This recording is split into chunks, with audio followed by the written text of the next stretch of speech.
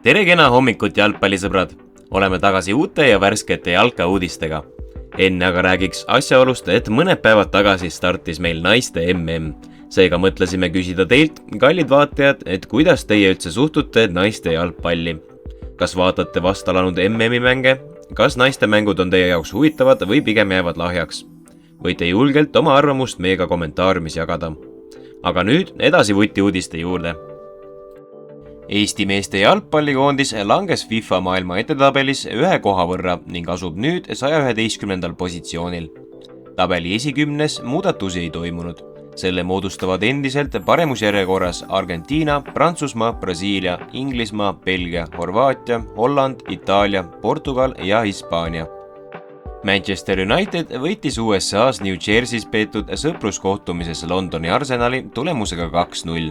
Kohtumine peeti New Jersey's MetLife'i staadionil rekordilise 82 000 inimese ees. Kohtumist alustas Unitedi uue kaptenina Bruno Fernandes, kes lõi ka kohtumise avavärava 30. minutil.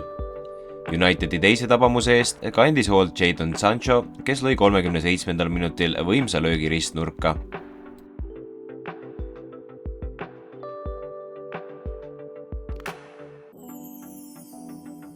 Meediavälja The Athletic kirjutab, et Liverpooli kapten Jordan Henderson on läbinud Saudi Araabia klubi Al Ettifaqi juures meditsiinilise ülevaatuse ning 33-aastane poolkaitse on peatselt sõlmimas klubiga 3-aastase lepingu. Liverpool teenib ülemineku pealt väidetavalt ligi 14 miljonit eurot. Prantsusmaa koondise ja PSG jalgpalliklubi staarründajat Kylian Mbappet ei võeta Jaapanisse treeningmängudele sõitva tiimiga kaasa. Klubi president Nasser Al-Khalifi on teatanud, et kui Mbappe ei soovi lepingut pikendada, siis tema koht ei ole PSG koosseisus. Eelmisel nädalal Bulgaaria kõrgliigas mängiva Plovdivi Boteviga liitunud Eesti koondise kaitsemängija Joonas Tamm mahtus esimest korda uue meeskonna koosseisu. 31-aastane Tamm jälgis pingilt, kuidas Botev kaotas kodus Sofia Levskile 1-3. Botev on pidanud äsja alanud hooajal 2 kohtumist, kuid võitu veel kirjas ei ole. Itaalia jalgpallikoondise ja PSG väravaht Gianluigi Donnarumma ja tema abikaasa sattusid üleeile õhtul ohtliku röövi sihtmärgiks. 24-aastase Donnarumma ja tema abikaasa koju tungiti sisse reede varahommikul.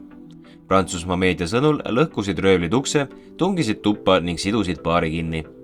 Väidetavalt said kurjategijad kätte 500 000 euro väärtuses asju. Donnarumma suutis kell 3:30 öösel koos naisega köidikutest vabaneda ja nad põgenesid lähedal asunud hotelli.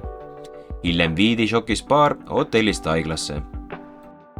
Ragnar Klavan naasis palliplatsile ja aitas Tallinna Kalevi jalgpalli Premium-liiga 21. vooru kohtumises kodus Pärnu JK Vapruse vastu 1-1 viigini.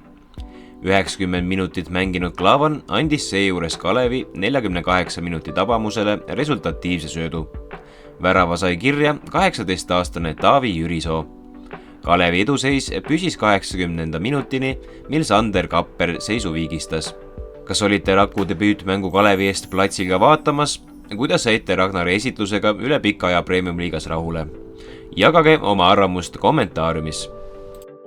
Eesti jalgpallikoondislase Karol Metsa koduklubi St. Pauli alistas hooaja eelses kontrollkohtumises Iisraeli klubi Tel Avivi Apoeli 3-0.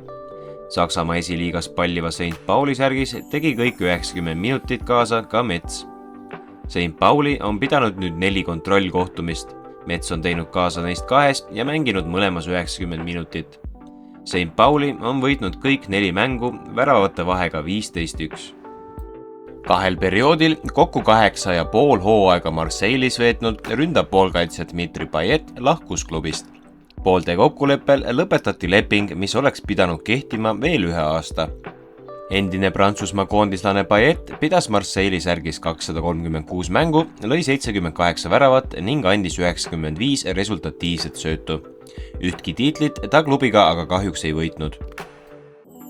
Müncheni Bayern on ette valmistamas 3. pakkumist Tottenhami ründaja Harry Kane'i eest. Kuigi Bayerni 70 miljoni naelane pakkumine lükati eelmisel nädalal tagasi, siis ei taha Saksamaa suurklubi veel endiselt alla anda ning on lähipäevil tegemas ilmselt veelgi parema pakkumise. kuigi mehel on klubiga hetkest lepingud jäänud vaid alla aasta, siis nõuab Tottenham Inglismaa kapteni müümiseks vähemalt 100 miljonit naela. Kas usute, et nüüd 3. korral võiks Tottenham lõpuks Bayerni pakkumise vastu võtta? Kirjutage meile oma mõtetest kommentaariumisse. Suured tänud meiega taas olemast ning nagu ikka, siis oleme juba päeva või 2 pärast tagasi, et taas kokku võtta lähipäevade põnevaimad teemad vutis. Kohtume peatselt taas! Que te impressiona, versão live, uma indie hot que os gatos legais tá debaixo da cama. Se eu tô de quadre, ela se abre. Deu uma história comigo, mas no meu peito só cabe o jaca. Com ele tem o contrato vitalício, lacoteiro que mantém o ofício.